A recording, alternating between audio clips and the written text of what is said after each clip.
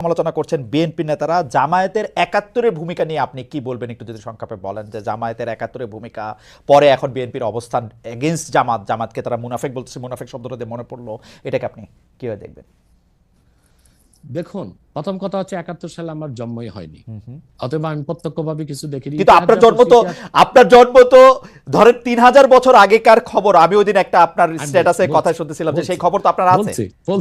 বলছি এখন আমি সব ইতিহাস পর্যালোচনা করে দেখলাম যে মূলত ৭১ সালে শুধু স্বাধীনতার বিপক্ষে জামাত অবস্থান নেয়নি, মুসলিম লীগও তো অবস্থান নিয়েছিল।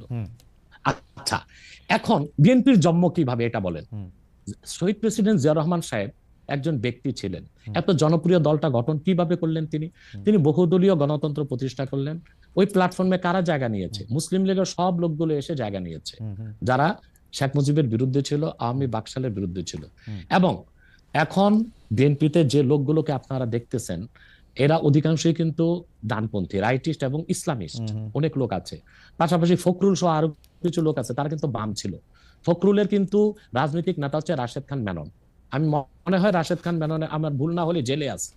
তো তারা কিন্তু তারা এইরকম বিএনপিতে প্রচুর বামের ডান এসেছে, অর্থাৎ তারা বামের ডান হয়েছে এখন বিএনপিতে এসে। তো প্রচুর পরিমাণ মুসলিম লীগের লোক তো বিএনপি আছে, তারা তো স্বাধীনতার যুদ্ধের বিরোধিতা করেছিল মুসলিম লীগ থাকা অবস্থায়। তো শুধুমাত্র স্বাধীনতার যুদ্ধের বিরোধিতার জন্য জামাতকেই ধোলাই করবেন? তাদেরকে কি ধোলাই করা উচিত না? এখন প্রশ্ন হচ্ছে কেন ৭১ সালে জামাত, আমি এক কথায় উত্তর দিব যে ৭১ সালে বাংলাদেশের স্বাধীনতার বিপক্ষে অবস্থান নেওয়াটা জামাতের রাজনৈতিক ভুল সিদ্ধান্ত ছিল। যেহেতু এটা স্পষ্ট ছিল যে বাংলাদেশ থেকে প্রায় ১৯০০ কিলোমিটার দূরে পাকিস্তান, তো মাঝখানে সাগর এবং ভারত, সেখানে দুই জায়গায় দুইটা দেশ থাকতে পারে না। আমি বরং মনে করতাম তখন জামাতের এটাই সিদ্ধান্ত নেওয়া উচিত ছিল যে স্বাধীনতার পক্ষ নিয়ে নেওয়া। কিন্তু তারা নেয় নাই কেন? সেটা একটা জবাব তারা এটা দিয়ে থাকে যে তারা বুঝতে পেরেছিল বাংলাদেশ স্বাধীন হলে ভারত এখানে করবে, আধিপত্য বিস্তার করবে। এবং সেটা আমরা পরে দেখেছি, ভারত কিন্তু আধিপত্য বিস্তার করেছে। এবং শেখ মুজিবুর রহমানের মতো একজন নেতাও কিন্তু ভারতের আধিপত্য থেকে বাংলাদেশকে মুক্ত করতে পারে নাই। জিয়া কেন এত, জিয়া রহমান আমরা যে এত ভারতের আধিপত্যের কথা বলি, একটু খালেদ ভাই, একটু জিয়া রহমানের জনপ্রিয়তার মূল কি? জিয়া রহমানের জনপ্রিয়তার মূলে ছিল দুইটা বিষয়।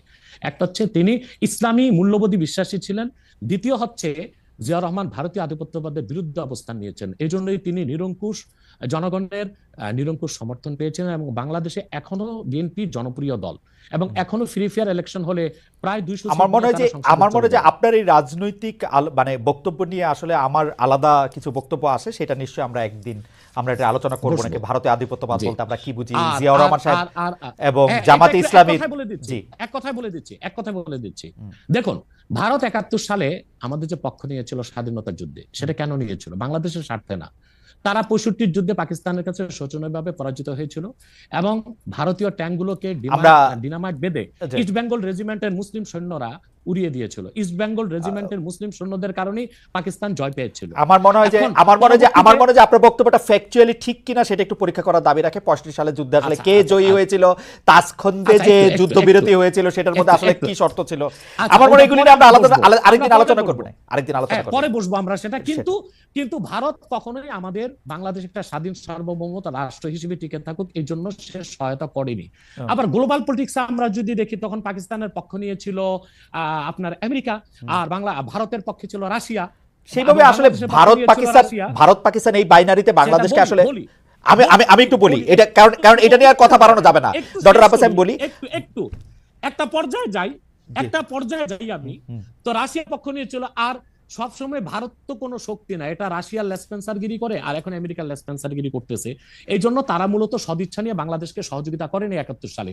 সেজন্য ৬,০০০ কোটি টাকার অস্ত্র তারা চুরি করে নিয়ে গেছিল। এবং সেজন্য স্বাধীনতা যুদ্ধে নিয়াজি পরাজয় স্বীকার করা দরকার ছিল আমাদের ওসমান গনির হাতে, তার কাছে না করে ভারতীয় সেনাপ্রধানের কাছে করবে কেন, ওসমানীর কাছে কেন করে না? এই সব থেকে বোঝা যায় ভারত একটা আক্রোশ থেকে এবং তার রাজনৈতিক উদ্দেশ্য অর্জন করার জন্য স্বাধীনতা যুদ্ধে আমাদেরকে সহায়তা করেছিল। পরবর্তীতে সে কি না করেছে, ফারাক্কা বাদ দিয়েছে। আমার মনে হয় শেখ হাসিনাকে ১৫ বছর এই ফেসিবাদের কাজে সহযোগিতা করেছে ভারত। হাজার হাজার মানুষকে হত্যার কাজে সে সহযোগিতা করেছে। অতএব এসব কেউ কেউ আমাকে প্রশ্ন করছেন, কেউ কেউ আমাকে প্রশ্ন করছেন, আমার মনে হয় যে আমার প্রশ্ন এটা ছিল না, যাই হোক আপনি বলেছেন। না না, আমার মনে হয় যে শেষ একটু কথাটা তো একটা দাড়ি কমা দিতে হবে তো ভাই।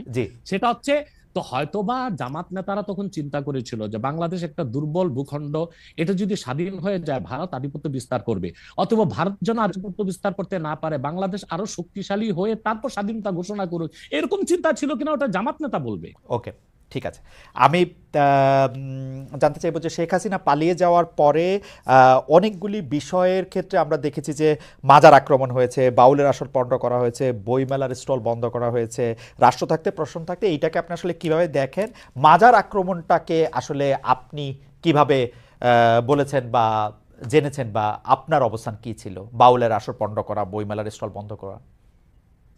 দেখুন, এখানে যারা মাজারে হামলা করেছে তারা কারা আমি জানি না, বরং আমার কাছে কিছু অথেন্টিক সোর্স থেকে নিউজ এসেছে যে অনেকগুলো মাজারে ছাত্রলীগের কর্মীরাই টুপি লাগিয়ে হামলা করেছে। এখন আসলে হামলা করলো কারা, তাদেরকে চেনার আগ পর্যন্ত আমি কিভাবে আমার সিদ্ধান্ত দিব? এটা রাষ্ট্র তদন্ত করে দেখুক। ডিজিএফআই আছে। না না স্যার, আমার প্রশ্ন এটাই, এটা যদি ছাত্রলীগের লোকেরাও করে থাকে তাহলেও তো এটা কাজটা খারাপ করছে, তাই না? না, মাজারে হামলা করা তো উচিত হয়নি। আপনি এটা নিন্দা জানাইছেন কিনা, বা আপনি এটাকে আহ্বান বন্ধ করতে বলছেন কিনা, সেইটা জানতে চাইতেছিলাম আর কি। হ্যাঁ, আমি আমার বক্তব্যে বলেছিলাম যে আল্লাহর ওলিদের মাজারগুলোতে যারা শিরক করে তাদেরকে শাস্তি দেওয়া হোক, কিন্তু আল্লাহর ওলিদের মাজারগুলোতে আঘাত না করা হোক, এটা বলেছি, বক্তব্য আছে আমার। আচ্ছা, একটা জনপ্রিয় প্রশ্ন আপনার এগেনস্টে এরকম যে আমরা ইন্ডিয়ার এগেনস্টে এত কথা শুনি, কিন্তু খোদ জৌনপুরি হচ্ছে ইন্ডিয়ায়, এটারে আপনি আসলে কিভাবে দেখেন? আপনার যে ডিগ্রি, যেটাকে আমরা পিএইচডি বলতেছি, সেইগুলিও আসলে ভারতীয় শিক্ষা প্রতিষ্ঠানগুলি থেকে নেওয়া, সেটাকে আপনি কিভাবে দেখেন? এক লাইনে বললেই হবে, মানে এটা একটা জাস্ট জনপ্রিয় প্রশ্ন, আমি এটাকে অনেক বেশি। দেখুন এই খুব সুন্দর করে, আপনাকে এক লাইনে তো বলা যাবে না খালেদ ভাই, আমি 3 লাইনে বলে দিচ্ছি। সেটা হচ্ছে, আমাদের বংশটা এসেছে আরব থেকে, অর্থাৎ আল্লাহর হাবিব নূর নবীজি মুহাম্মদ সাল্লাল্লাহু আলাইহি সাল্লামের আপন চাচা হযরত আব্বাসের বংশধর। পরবর্তীতে আমাদের বংশধর এসেছে বাগদাদ থেকে এসেছে ইউপিতে। আর আমার পরদাদার যিনি পিতা ছিলেন, পরদাদার পিতা, তিনি ছিলেন কারামত আলী জনপুর রহমতুল্লাহ জামাতা, অর্থাৎ মেয়ের দিক দিয়ে আবার আমরা কারামত আলী জনপুর রহমতুল্লাহর সাথে রক্ত সম্পর্কে সম্পর্কিত। 1947 সালে আমার পরদাদা জনপুর থেকে, আমার বাবার বয়স যখন 6 তখন চলে এসেছেন বাংলাদেশ।